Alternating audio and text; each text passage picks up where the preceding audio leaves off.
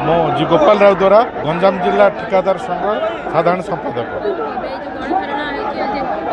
आज आज आज आज ओडिशार ठिकादार माने राजरास्ता को ओल्लै तार कारण है आम सरकार वर्तमान जो 3-1 गोटे नूतन नियम प्रणयन कले से ठिकादार मारण नीति है कहीं ठिकादार माने तो अनलिमिटेड रे जदि काम पकेबे सरकार आमर चाहूँ आम क्वालिटी चाहूँ जिते क्वालिटी चाहिए 100 टंकार जदि आमको आम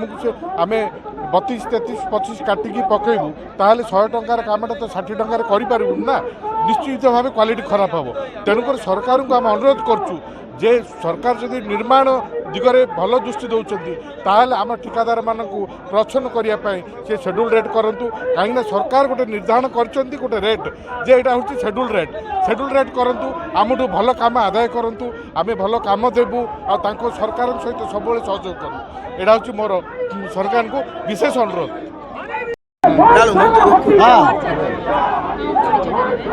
मो ना हूँ गोपाल कृष्ण पंडा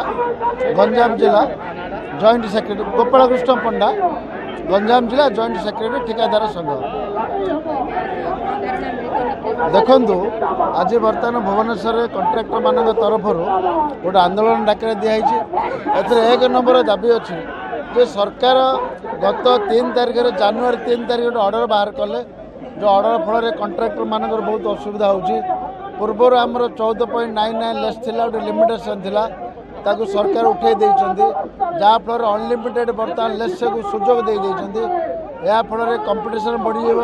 लोक मैंने बहुत कंट्राक्टिंग लेस करे कमर क्वालिटी मेंटेन हो पारनी और लोक मैंने पैसा पाइबार कंट्राक्ट मैंने भी असुविधार सम्मुखीन हे तेणु आम सरकार को अनुरोध करुँ आपण जमी पूर्वर 14.99 लिमिटेसन रखी से प्रकार शेड्यूल रेट रखु कि 4.99 रेट रखु गोटे लिमिटेसन रखु